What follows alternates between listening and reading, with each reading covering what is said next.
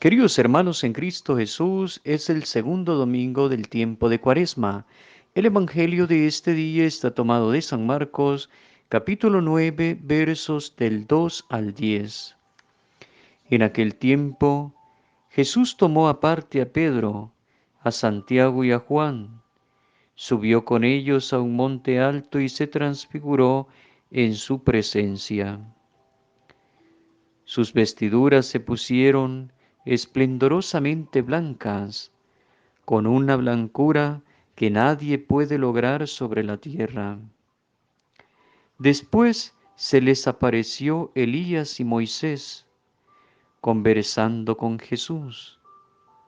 Entonces Pedro le dijo a Jesús: Maestro, qué a gusto estamos aquí, hagamos tres chozas, una para ti, otra para Moisés y otra para Elías.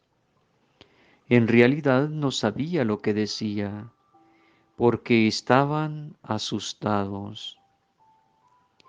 Se formó entonces una nube que los cubrió con su sombra, y de esta nube salió una voz que decía: Este es mi Hijo amado, escúchenlo. En ese momento miraron alrededor y no vieron a nadie sino a Jesús, que estaba solo con ellos. Cuando bajaban de la montaña, Jesús les mandó que no contaran a nadie lo que habían visto, hasta que el Hijo del Hombre resucitara de entre los muertos. Ellos guardaron esto en secreto, pero discutían entre sí qué querría decir de eso de resucitar de entre los muertos. Palabra del Señor, gloria y honor a ti, Señor Jesús. La transfiguración de Jesús se sitúa evangélicamente en un momento crucial de su ministerio. Está ubicada dentro del contexto de la confesión de fe de Pedro en Cesarea de Filipo. Jesús se dedica a revelar en esta segunda etapa de su ministerio público quién es Él. Es decir, los discípulos comienzan a descubrirle con los ojos de la fe. En la transfiguración se descubren dos, las dos facetas, si queremos llamarle así, básicas de la persona de Jesús. La primera de ellas es una faceta dolorosa. Jesús camina hacia Jerusalén en forma de subida, que para los discípulos es una entrega incomprensible a la muerte. Y la segunda faceta es la gloriosa. Jesús muestra en su transfiguración un anticipo de la gloria futura que también él va a experimentar.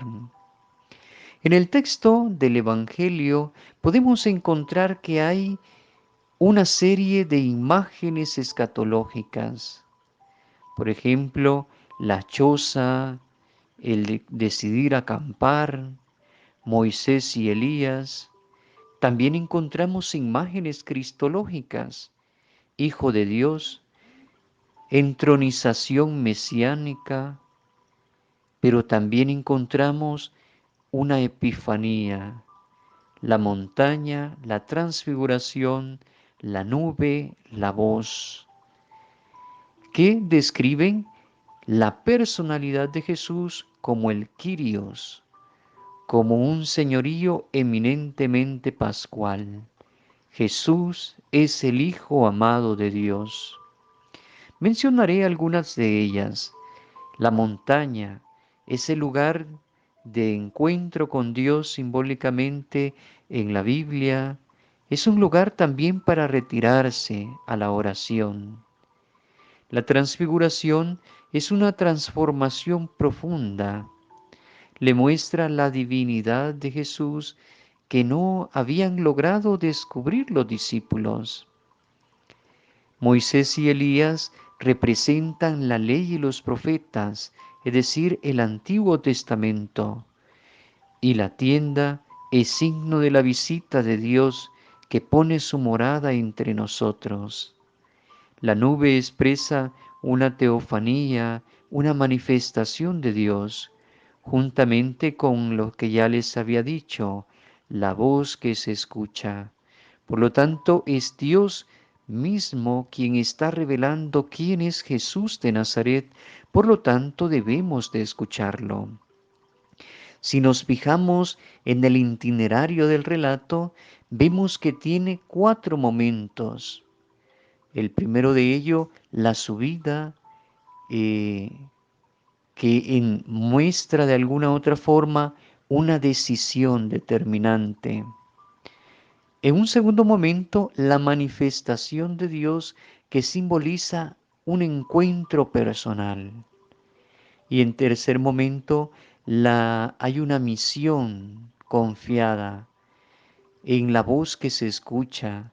Es un llamado a la vocación de ser discípulo, a la vocación apostólica, a la vocación a realizar una misión. Y en un cuarto momento, el bajar de la montaña que equivale a la misión de los discípulos que tienen que realizar en la sociedad. No se puede quedar todo el tiempo en la montaña en la oración. Es necesario bajar para dar a conocer a Dios.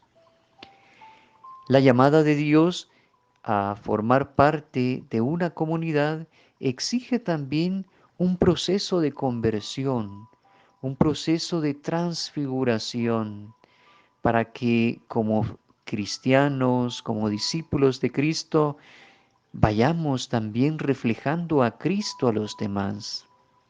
El discípulo de Jesús es quien acepta la llamada de una voz o la palabra de Dios que de una forma decisiva irrumpe también en el corazón del ser humano. Entonces es acoger esa palabra, pero no quedársela únicamente para sí mismo, sino que estamos invitados a darla a conocer a los demás. Escuchar a Jesús es una característica esencial del cristiano, pero es una escucha atenta, una escucha esperanzadora, para salir victorioso también de todas las dificultades que vamos a encontrar en la vida por el seguimiento de Cristo. Pero es necesario confirmar también nuestra fe, dejarnos transfigurar por la persona de Jesús y ser testigos de Cristo ahí donde vivimos, en la familia, en la pequeña comunidad cristiana, en la sociedad, en el lugar de trabajo. Y la bendición de Dios Todopoderoso, que es Padre, Hijo y Espíritu Santo, descienda sobre ustedes y permanezca para siempre.